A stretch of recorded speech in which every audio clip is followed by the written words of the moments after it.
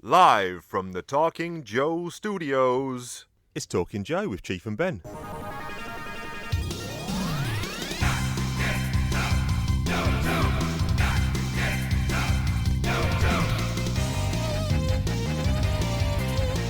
Hey, it's the Chief. I'm joined by my buddy. It's me, it's Ben, we're back, Talking Joe. Yes, we are, my friend. How are you? I'm good, man. I've had a good week. I've been reading and watching a lot of stuff about SpaceX, Elon Musk. Never heard of any of that. And I've decided... Well, I've heard of space, but what's SpaceX? I've decided that we do actually have to leave this planet, Chief. So... Okay. We may have to continue recording Talking Joe from the moon base. What does that mean for me personally right now? Dude, do you know what? I don't think it means anything for you because I don't think you're a big space guy. I don't know. I'm a fan of space, I guess. It's it's out there. And, Elon Musk, Tesla, he's... Okay. The name rings a bell, actually. I don't want to seem like a complete chump. Well, he basically thinks he's Tony Stark, essentially. I like him already. He is Tony Stark, or he thinks he is. He's a fascinating fella. He's a techno-futurist. Yeah, basically. Yeah, he's digging tunnels under LA. He's launching privatized space ships, programs and things. He's trying to get us off this goddamn rock. Because the end's coming. Possibly. Right. I mean, yeah, quite possibly. I've got an electric car. I'm doing my bit, Chief. Have you? All right. Yeah. What are you doing? Riding a push bike. That's good. Yeah. Good. So I've been thinking a lot about space and not been sweating the small stuff because, it's a big old universe out there. Yeah, I like it. What have you been up to? Went to a toy fair at the weekend. Oh, which one? That was Sandown. It's Barry Potter's. He runs. I don't know if that's a guy or a thing or what, but there's a load. There's like 5 or 6 over the UK over the course of the year. This one was at Sandown Park Racecourse, which is not too far from me. Barry Potters? Yeah, popped down there with our buddy Dave. Wow. And yeah, we both had a free pass from family activities, so me and him went down there. I took the motorbike down. First trip on the motorbike since that eventful night that you will all recall if you are a faithful listener. If not, go back and listen to that. I have no idea which episode it was, so you're best off just listening to them all again, I would suggest. Yeah. That's funny because Emma went to the New York Toy Fair, and I'd like to see you guys. I'd like to see you two sort of hashing out the differences between the two toy fairs. Yeah. Barry Potters. This one was full of old men looking at toy cars and trains, I'll be honest. Yeah, okay. Well, talk to me. Who had stalls there? So it was just backyard sellers, effectively. Right. But there was a few things. Dave bought a nice set of 4 Ghostbusters action figures. What's 3? I think they're Mattel. 6 no, inch? No, what? big, but yeah, probably about 6 inch. They were nice ones. We looked. Basically, the guy wanted £50 for the set. So I did a quick little eBay check just to see how much they go for, and you're probably looking at about, I don't know, somewhere between 60 and 80 for the set. Who's making them? I think they're Mattel. Okay. And then Dave David had run out of money because he'd already bought a Batman Killer Croc from the animated series version, and a Greg Capullo designed Batman, which is Greg Capullo's an artist who a few years ago did a big 50-issue run. Okay. And he bought that one, and then he had to buy the missus some Sylvanian families. Do you remember them? Mate, do I? I'm living them. Emma and Indy are big fans. Okay, so for those who don't know, these Japanese company. Are they really? These are anthropomorphic dolls. So what that basically means, it's animals that have been humanized in the shape of non-posable kind of 3-inch, not even 3-inch, are they? Very expensive, I know about that. 3-inch little figures that go in dolls' houses and stuff. So the reason why he had to get them is because he collects action figures, and his wife feels left out, so she felt that she needed to collect some kind of toy, and she's like, oh yeah, I remember Sylvanian families from when I was a kid, I'll get them. So that's good, I reckon. So he had to purchase a set of badgers and a set of meerkats, The badges are great. That crimped his budget. So now he wants to go back to these Ghostbusters figures, but he hasn't got the cash. So then I said, don't worry, I've got some spare moolah. I hadn't made any purchases. I will lend you some money. But then what happened is I found a... How many points of interest does Chief charge? I found a... Yeah, exactly. I found a G.I. Joe Snake Eyes statue from Diamond Select. It's the one where... You've seen it. I've posted it up on the socials and I posted it, WhatsApped you. It's the one where there's the Cobra head and he's dangling down. It's a scene from issue 21. It is. It's amazing. It's the one where he lands... Effectively, he's parachuted in, whatever, and he's landed on the castle to begin with, then he starts rappelling down. It's really, really cool. How much for that? And 50 sheets? The guy went 70. Now, Oof. I looked it up. Amazon, the cheapest on Amazon is 110. Oh. And it's about that on eBay. So 70 seemed quite good. But Very good. I thought I'm going to haggle with him anyway. So I spent what did I have in my pocket? I think I'd already lent Dave some money, maybe. But then I looked, I had 59 quid. So I told the guy, I emptied my wallet out into his two cupped hands. I said, look, I've got 59 quid. So he said, yeah, fine, I'll take it. So boom, I got a bargain. But that meant I didn't have the money to lend Dave for his Ghostbusters. So then Dave went to the guy, and the guy said, I'll do it for 40. And then Dave said, look, I've only got 36. So the guy then reluctantly accepted. So what I've learnt is... Just empty your wallet. Just empty your wallet, lowball these people, and everyone got a great bargain. God, it sounds like people were getting bargains. I tell you what, they were not getting good bargains in the New York one. I don't think there was any haggling. Really? No. Did Emma come back with a couple of suitcase full of cool toys? She came back with various bits, yeah, but it was more... what's the word I'm looking for? It's not really to go and buy stuff. It's a trade. It's a trade. They're very... trade fair based, aren't they? I think I mentioned to you, actually Emma was at this one. I went to the... You get goodie bags. I went to the London Toy Fair. Yeah. And Emma was there. I didn't actually see her. But again, I kind of pretended I was talking Joe trade business and managed to get in. But like you said, it was basically companies showing you their wares that are going to be on sale in the coming year. More than anything, a chance to network and all that kind of stuff rather than sales. I mean, you could empty your wallet and see what they say, but I reckon they might look at you a bit strange. I tried getting into the Hasbro area not at Barry Potter's, there was no Hasbro there, at the London Toy Fair at Kensington Olympia. Oh, you probably got walked out, did you? Well, I went in. I thought, this is a good chance to see some new G.I. Joe toys if there are any or stuff like that. But yeah, it was customers only, Hasbro customers only allowed in that area. And the guy I was with, Pete, who I was with, said, yeah, we can blag our way in. Let's try again. But we didn't. Just segueing quickly, do G.I. Joe still make toys, or is it very much a kind of, they do, but they're sort of hyper collectible, not mass produced? It's a good question. There's actually a deal. I don't know about action figures anymore. It's not really my scene, but...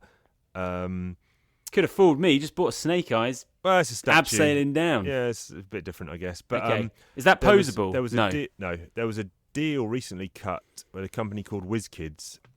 Okay. And they produce, among other things, there was a game that I was big into. It's called Hero Clicks, and it was big kind of superhero line, and it's single small figures on a base, and you turn their dial. It's got a dial on the base, and it shows different stats like speed, strength, and all that kind of stuff.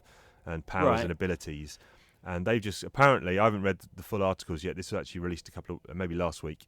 They've cut a deal with Hasbro, and they're going to start using some of these Hasbro licenses, G.I. Joe being one of them, to potentially produce some games. So we could actually be seeing a G.I. Joe game on the horizon soon. Oh, wow. That's what I've noticed that's happening quite a lot is, very simply, they are just reissuing pretty much exact replicas of what they brought out before. Like they've just re-released most of the He-Man stuff in its kind of retro packaging, and I think that's what they might have done with G.I. Joe as well. Right, loads of He-Man action figures at this Barry Potter Toy Fair. Yeah, probably the ones I'm discussing. Did they literally? No, I mean this is old. I'm talking about old, just boxes old ones of unbagged, unboxed loose figures. Like how much are they going for out of interest? Because I'm always in the market. £2. £2 each. Yeah, £2-3 quid. Mate, and literally the not whole for He-Man or Skeletor. Yeah, but no weapons or nothing. I saw the they go for big bucks. I saw the Skeletor battle damage chess one. Love that one. But not as rare as it the didn't spin round. When you hit it, it didn't move. But no good then. But then they also had boxed mint on card figures. Some of the stalls did, and some of those He-Man ones, price tags on those were like 400, 500, 600 quid. Yeah, that sounds about right. I mean, I paid 40 quid for a mint He-Man with all the weapons. All these loose ones in the box, they're not mint. They've got scratches and dinks, and they're not mint by any. They're played with. Yeah, as they should have been. Yeah, Chief. Correct. I will make an apology now if it happens, if the doorbell rings, because last night during the storm, part of my gutter fell down, and I'm waiting for a man to come round with a big ladder to assess the damage and tell me how much money he wants to fix that gutter. I thought you were going to say your guts came down. No, my guts have not come down yet. I'm not that old. Oh, God, you know what? Guttering, I've got a little bit of history with guttering. It's a tricky business. Yeah. You've done the right thing getting someone round. Yeah. You don't want to get up there yourself. I might have double booked, though, because the guy's coming round and then I've booked another guy to come round. I don't want two people coming to give me quotes at the same time. Or do I? Or gutter off. Is that how you get a better deal? In my head, they just get each side of the garden with a big gutter and they sort of joust. Yeah. If that does not happen, I will be most displeased. But unfortunately, that's a good segue actually to go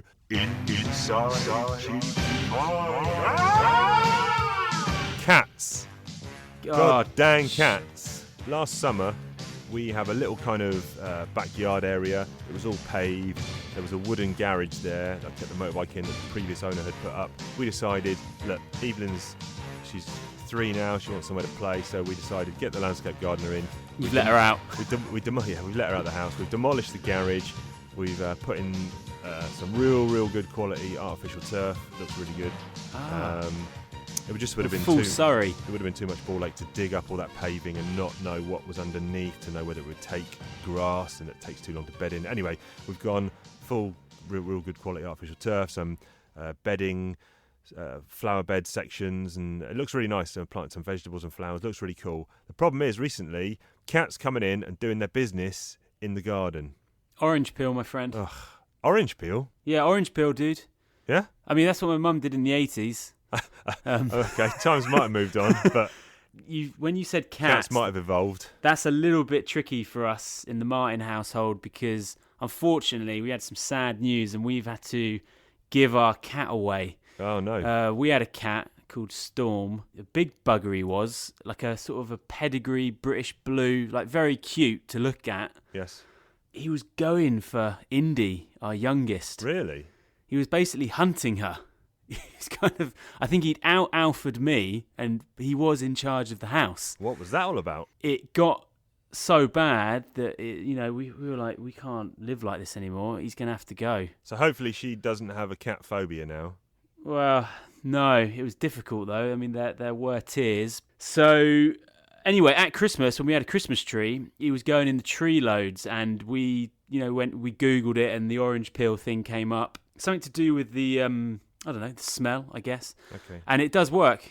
It does work, but it makes your garden look a bit weird. Well, we put 2 things up. We got this thing called predator eyes, which are a little black box, and all it does at night time, high pitch sound. It puts on kind of a red. It's just like a red LED, basically. Oh right, okay. But then also we have got those pitch sounds. Though it's kind of a little box, looks like some sort of CB radio out of the 1980s. You turn some dials or whatever and it gets to a certain frequency, and supposedly there's different frequencies for different animals apparently. You wouldn't be able to hear any of those because at your age your ears are shot. Yeah, you know it. So they were working for a while, but now they seem to have stopped working.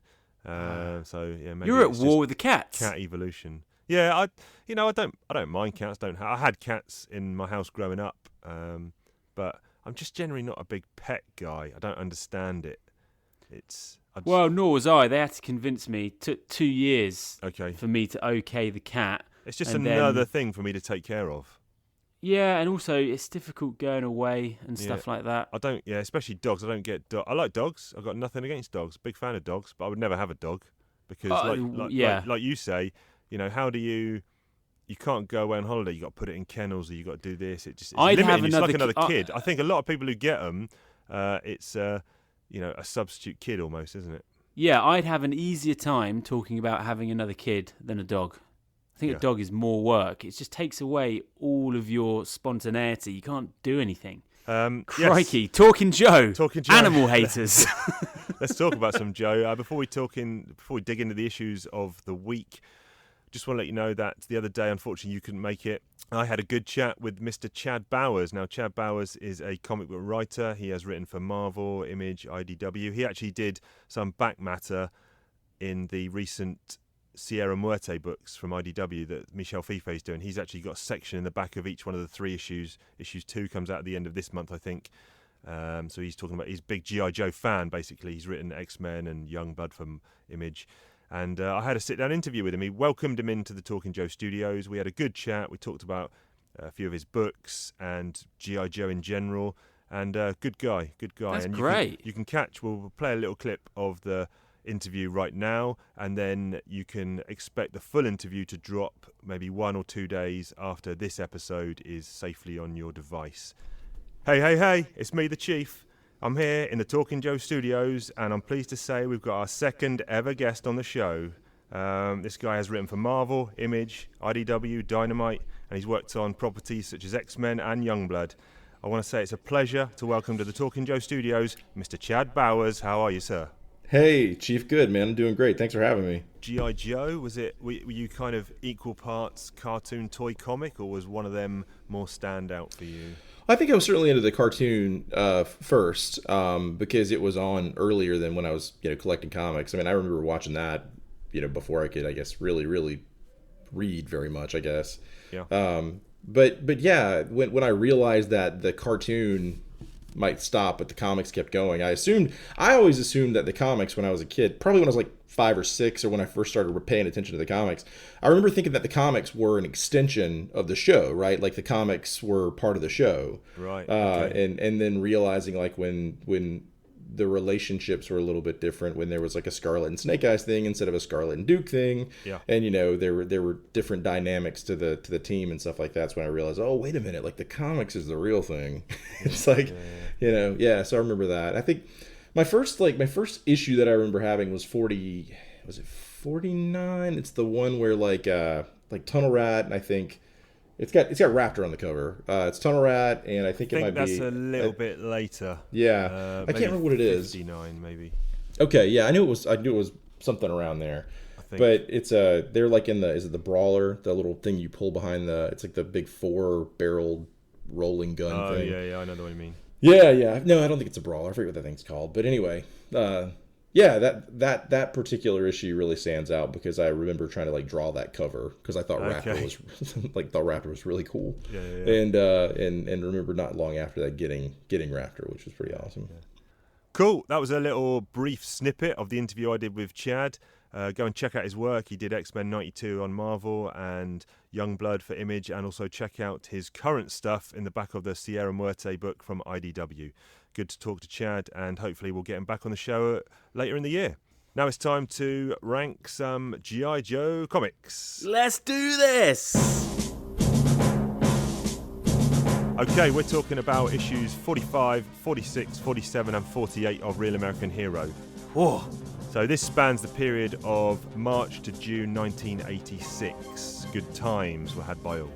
Yeah, we're in 86. That's amazing. Yeah, we're getting there. Time's flying. What do you think these covers? All covers done by Mike Zeck. They are. I'm actually just going to go through them now. So 45. We got fantastic. We got Ripcord on the front, close up, serious face. In the background, obviously, badass Zartan with a bow aiming an arrow for his head. Yeah, good it's one. Great. Yeah, it's brilliant. Nighttime, really good. Next one, we've got 46. This is Snake Eyes and Storm Shadow in a doorway. Again, looking pretty mean, and I love that colour in that deep glow of yellow. Yeah, that's awesome. That's really cool. And I love the green G.I. Joe as well. Green G.I. Joe logo, yep. Another great cover. 47. And also, you're thinking, hang on, what are these two guys doing together? Yeah, exactly. They parted on goodish terms, I guess, in the subway. That's true, yeah. Scene, but yeah, they're up to something. And then 47, you got a couple of new Joes here. Floats my boat. We got Wetsuit. Obviously, we saw Wetsuit in that special missions we discussed last episode, but that was kind of out of chronological order. Yeah, so we didn't see him dressed up like this either. First regular appearance in his garb that most people would know. And then you got some dude in a balaclava, Beachhead, obviously. Beachhead, one of my absolute faves, Chief. Yeah. One of my faves. And the outfit there is actually Hawk, but I'm not sure that's right. Should it be Duke?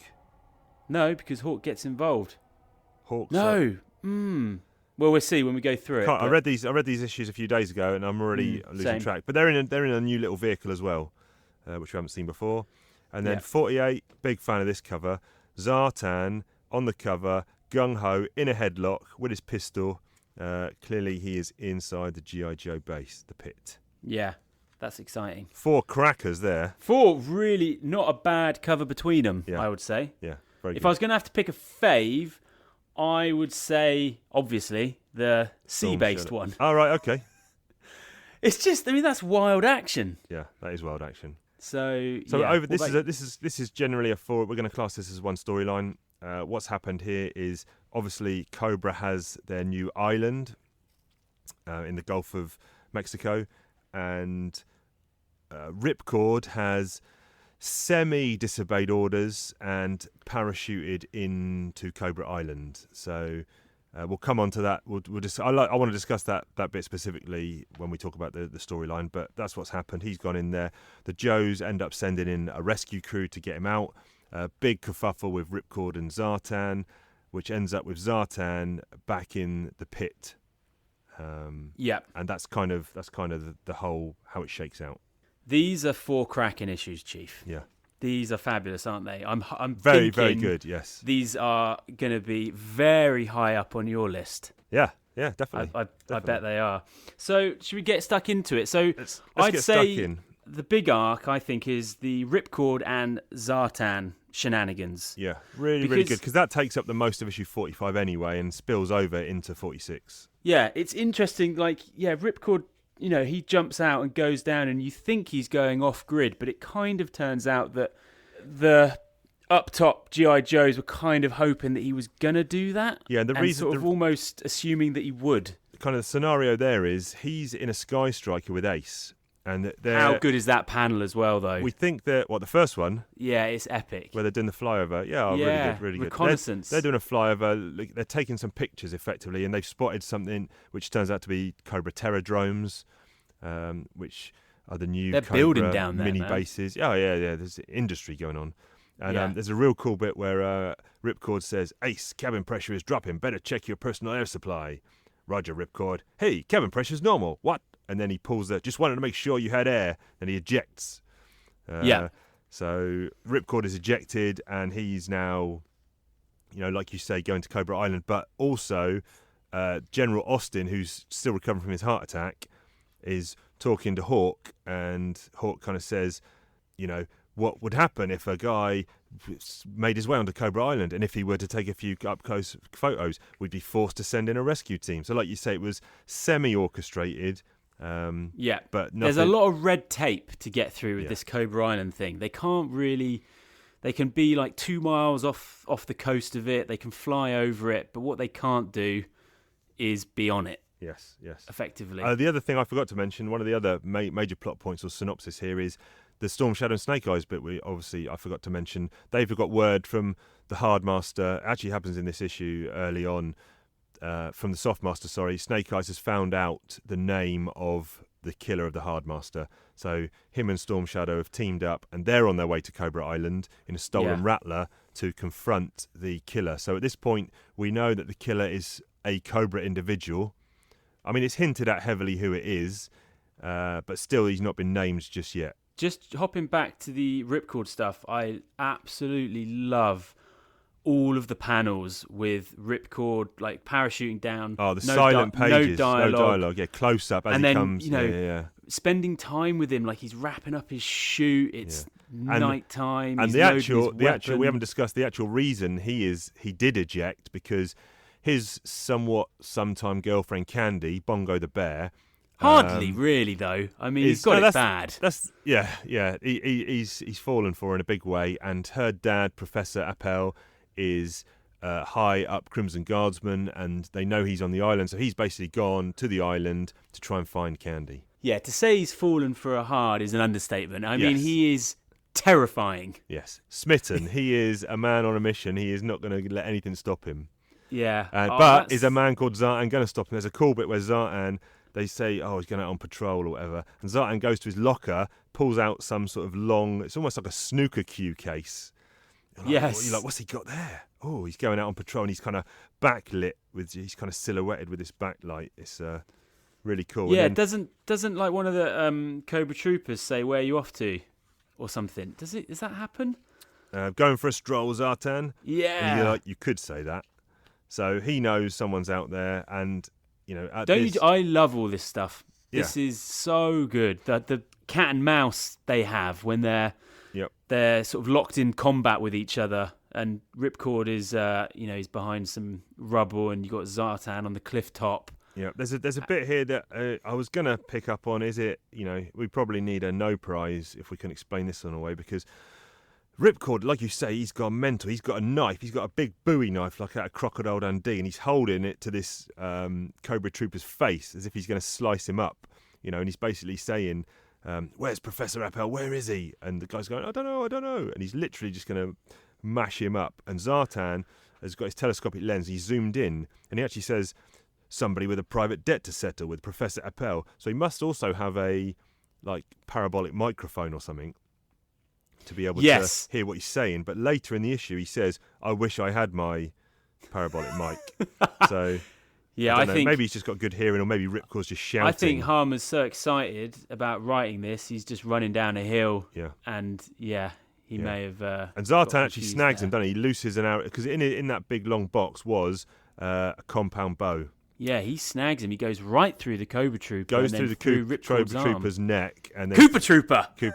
Goes through the Cobra Trooper's neck and right through Ripcord's arm, clean. Yeah. And then this is where you get that nice bit you were saying, the cat and mouse, where they're actually now chatting to each other from behind cover. Ripcord's like, "I'm going for it," and he pops out, and he gets a few good shots off. I think he tags Zartan through the thigh. Yeah, he does. But Zartan does kind of skim the side of his head. Yep. Knocks his helmet off. Then they go closer, and they start going hand to hand. Great panel where Ripcord just gets up one arm and just blams off a bunch of rounds. He's going, "No!" Yeah, because Zartan's kind of shape-shifted camo into the background. The rain's really jacked up here. It's raining. And you see all these the panels footprints. are soaked. It's great stuff. And then you get Zartan. Then you get Ripcord doing a Rambo, John J. Rambo from Rambo 2, where he's all encased in mud in the wall, but here he's encased in mud in the ground. Yes, he just jumps out and does him one. So if we keep following these two guys' kind of narrative through these 4 issues, now we get into the big kind of the switcheroo. So effectively, Zartan has impersonated Ripcord, and his plan is to be rescued by G.I. Joe, taken back to the pit, and I guess wreak some havoc. Get the whereabouts, location, I suppose. And again, a great. This is that's the start of issue 47. Who's Who on Cobra Island? Great title, and that first another great opening page splash where, like you said, Zartan is standing above Ripcord, and he's kind of gloating, and you can see him half changing into Ripcord's camo. Yeah, I mean, and then he dresses up Ripcord as Zartan, doesn't he? Yeah, and that side of things move pretty quick. Like Ripcord as Zartan quickly gets discovered, doesn't he? Yes. That it isn't Zartan. They don't really waste too much time with that. Yeah.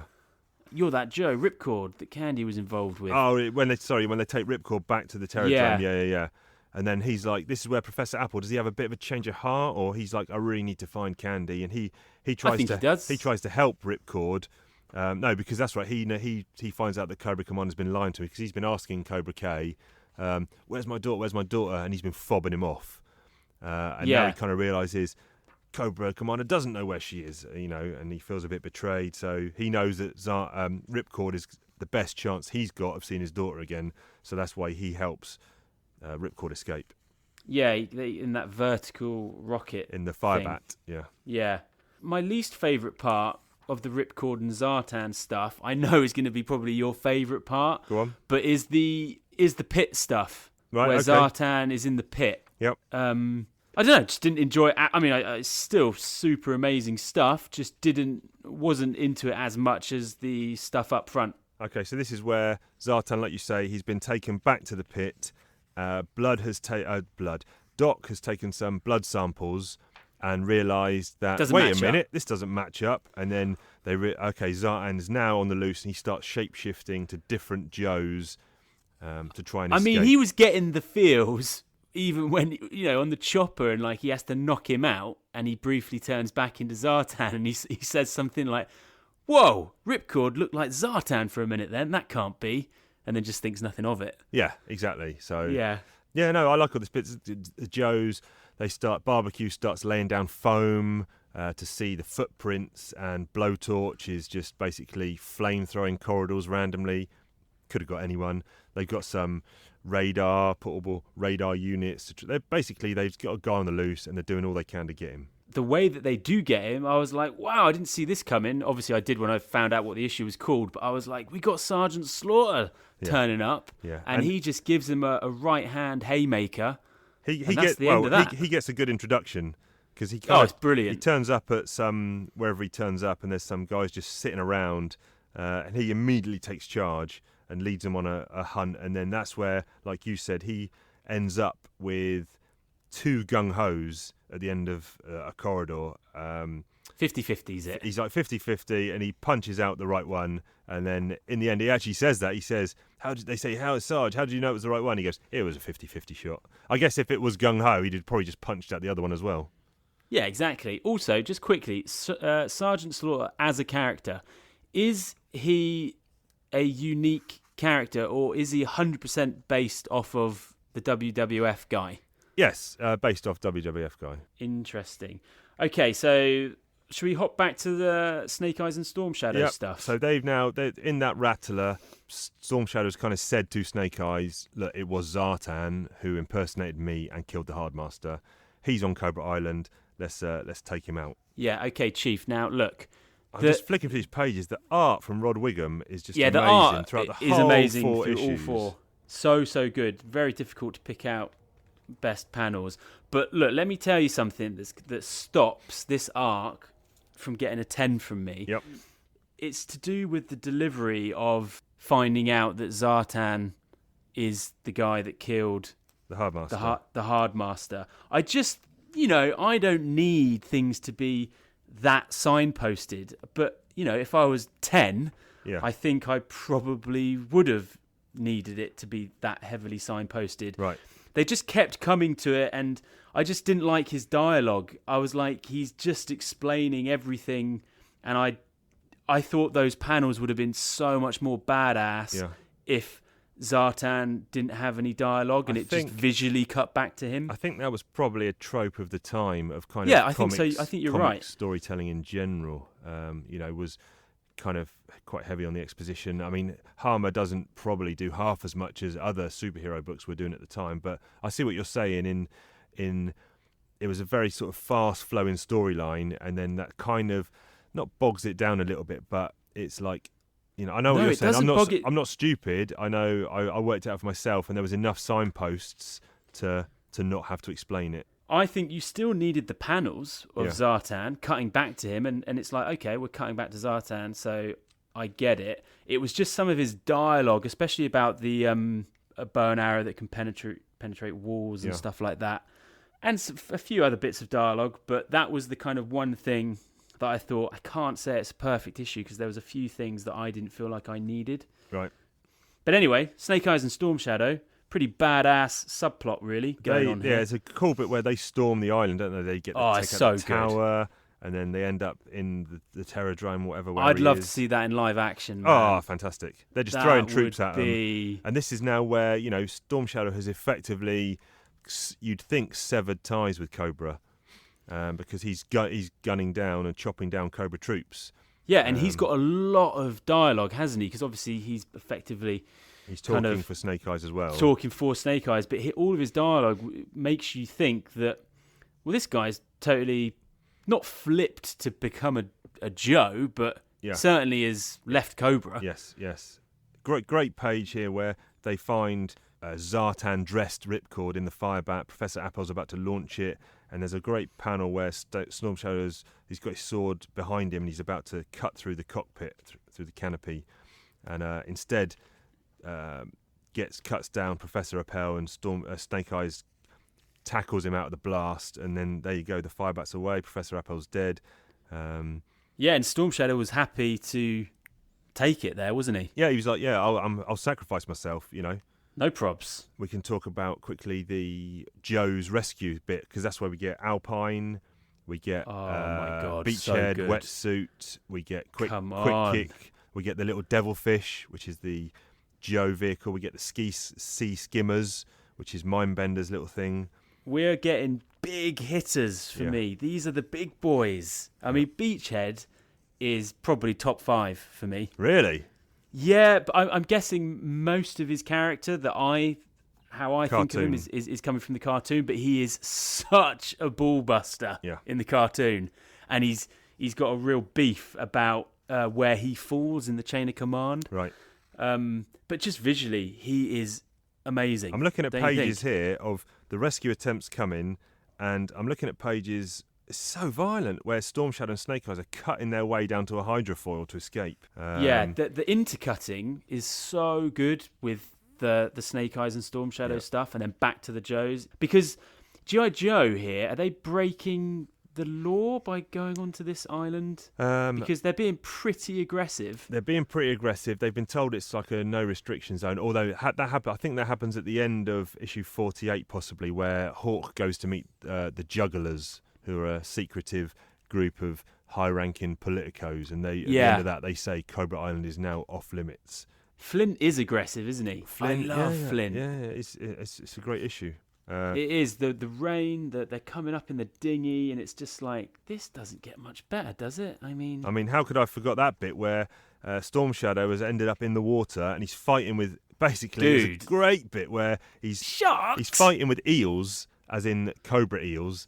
Yeah. And the sharks come along and he basically says something like, eels, you better fight hard. They got to team up almost to get these sharks, because when we're done with the sharks, you've got me to deal with.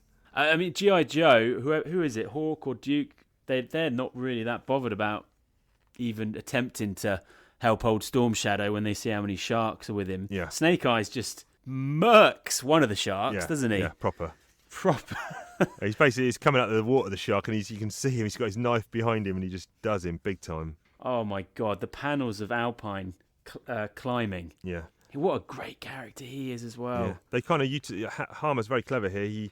He almost puts in some mountain range climbing action just to show off Alpine's specialist skill.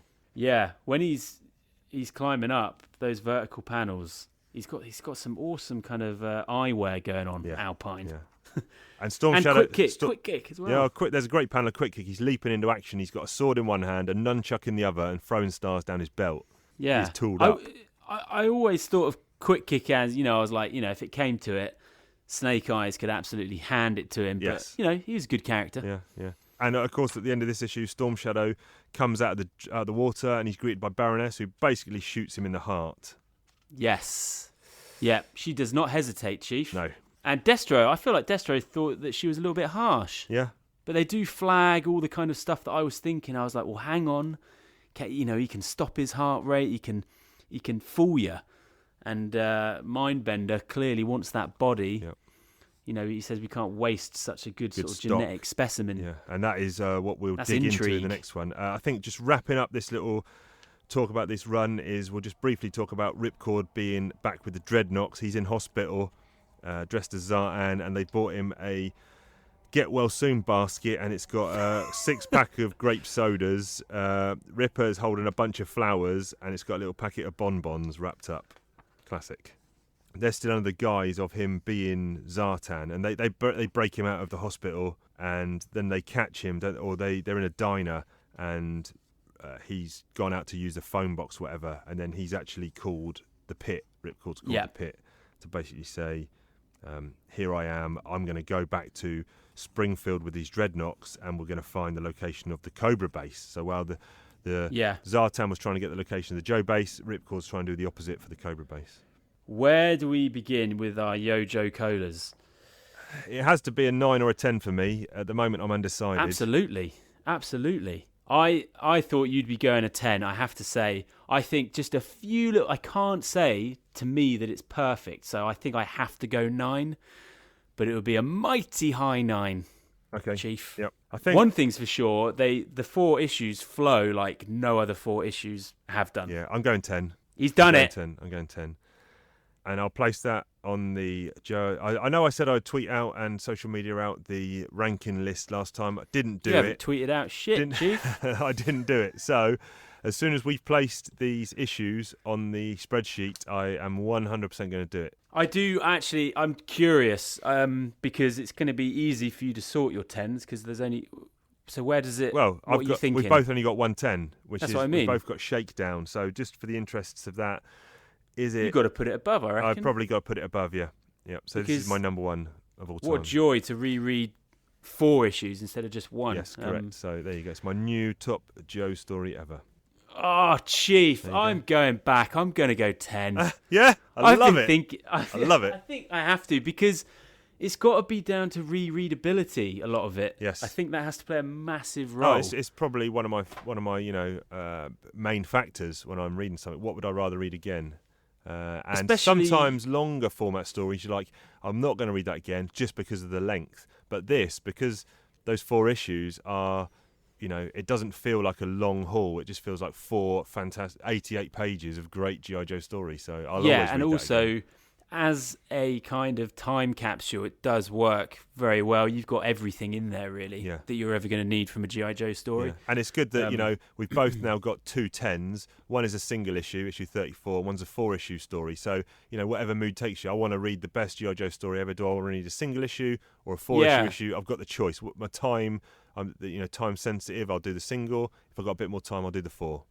Just briefly sort of talking about what's coming, I feel like we're going into a new kind of era of the story, and I used to think that you weren't really into this particular kind of arc that's coming up, but I feel like now that you actually are. I think this kind of middle range stuff that we're coming into, you're probably right. Back when I was reading it and I was a lot younger, but it's changed in hindsight. I see. Maybe I wasn't, but now I'm really, really looking forward to this stuff that's coming up. And interestingly, just looking at kind of figures around this time, I read out on the last episode something from John Jackson Miller, who is like a comic book historian almost and collates a lot of figures. Yeah. And I'll just read out this other little bit that he sent me, a bit of information.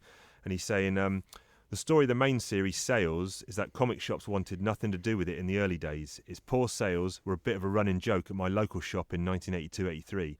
But then when the TV show started and Hasbro dumped several $1 million onto the comic series in order to go around the advertising content rules, it became a bigger deal. And prices on number 2, which had a low print run, skyrocketed. So because people went back. Yeah, and the TV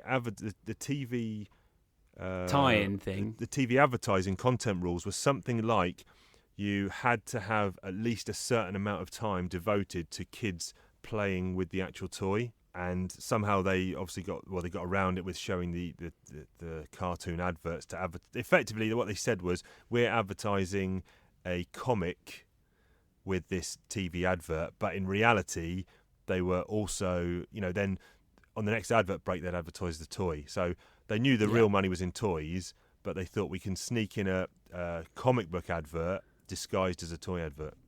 Chief, if I was reading these when I was 6, as soon as I put the comic down, I would want those toys. Yeah, correct. I mean, instantly. Yeah, and the last little bit here, he says, I've got no data for 1987, but my subsidiary resources say the peak issue would have been issue 54, cover dated December 1986.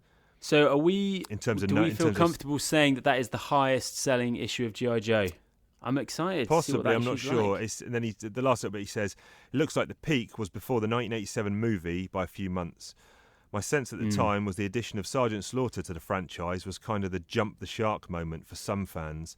Kind of obvious. That's what I'm trying to say. Kind of obviously a publicity stunt, but I admit I wasn't following it closely at that point. So that's why I was saying I feel like there is an absolute line here where it changes tact a little bit. Yeah. And I know the types of issues that you like. So yeah, it's going to be really interesting to get into this kind of middle juicy I think spell. this is another period where we're getting a lot more coming up, especially in the next sort of 15, 20 issues. A lot more toy characters will start showing, or they're all toy characters effectively, but a lot more additions are going to be made rapidly, pretty much in every issue. Like these additions here, wetsuit, beachhead, quickly, whatever, they didn't feel like they were shoehorned in.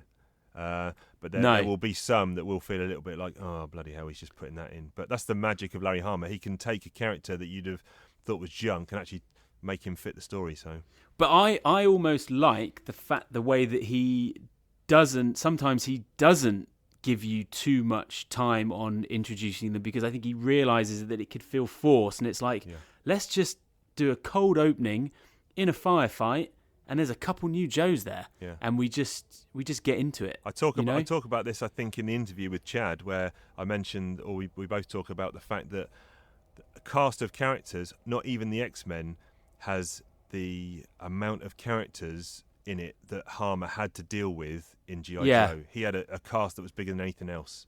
Surely he must have just had a huge pinboard with just, towards the end, it's hundreds of characters. Yeah. All good stuff. Okay, well, there's one thing we've got to close out on, and it's Chief asks Ben a question. Chief asks Ben a question. What'll he say? What'll he do when Chief asks Ben a question? I'm not sure if you're a fan of chocolate bars. Okay.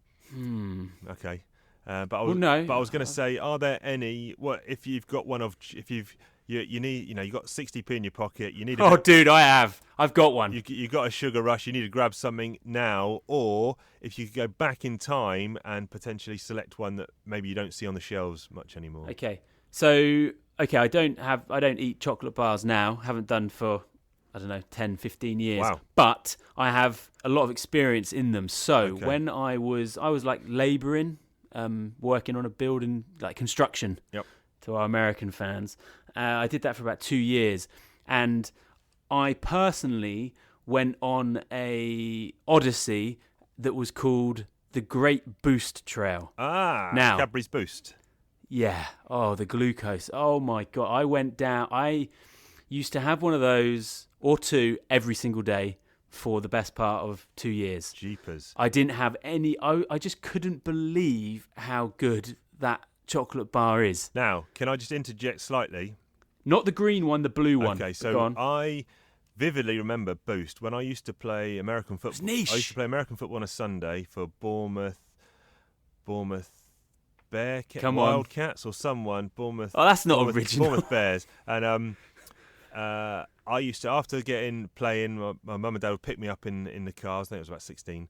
And they would always have waiting for me after training, after practice, a can of sun-kissed orange, a fizzy drink, and a red biscuit, not a biscuit boost, a red coconut boost. Now that coconut boost did not last long. It was probably only about 1 or 2 years. So it was pure coconut down the middle. Then, like you said, there was a glucose boost, there was a biscuit boost, there was a guarana boost, and there was a chocolate boost. I had you down as a Lion Bar kind of guy. Oh yeah, peanut Lion Bar. That's a cracker. No, the boost is it has to be soft. It actually has to be warm.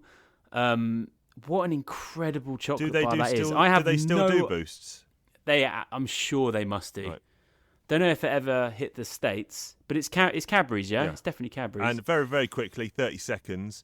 You're a man of transatlantic departures, etc. How do you feel the American candy, if you will, mounts up against the UK stuff? They think we're nuts, don't they? They think that we're bonkers because I think ours has got a lot more sugar in it. Okay. And I think there's a famous Simpsons episode where they go to the UK and it's like, quick, let's get some of their candy. And they basically like start hallucinating and tripping out. Yeah, but all I've tried is that Hershey stuff, and it is horrible. Yeah, it's vile. It's like so cheap and cheerful and powdery. I do like, crikey, what's the stuff he has in E.T.?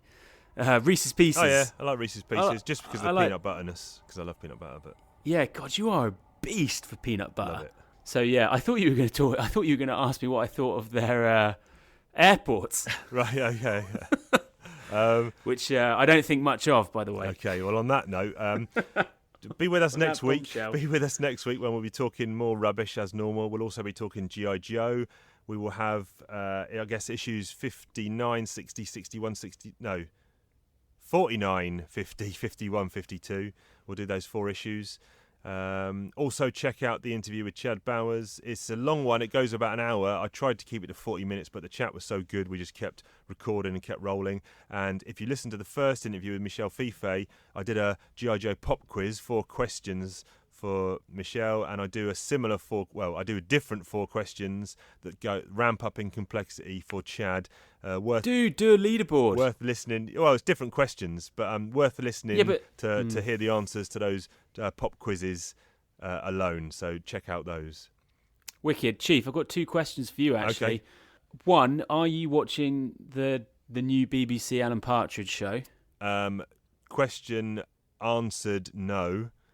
But I will probably, you know what? I'm going to do. It's on iPlayer. I'm going to do that right now. After we finish wrapping up this, I'm going to watch episode 1, and I will let you know what I think of it. Okay, episode 2's on tonight. Question 2: do you think there's anyone out there that sort of thinks, I tell you what grinds my gears? That guy Chief. So you know when you go inside your mind and all these people are grinding your gears. Yes. I want to know if you think somewhere out there, like in your office. Yes. You've got an enemy that's like, that Chief grinds my gears. Almost impossible. Almost, yeah. I thought you'd say that. It's almost impossible. But highly likely. I don't know. It's impossible, but likely. Yes. Find us in the usual places. TalkingJoeComics@gmail.com. Talking Joe Comics on Instagram. Talking_Joe on Twitter. And Talking Joe, a G.I. Joe podcast on Facebook. I've had a good time, as always. Catch us next week. Listen out for the interview, and we will see you down the road. See you later, guys.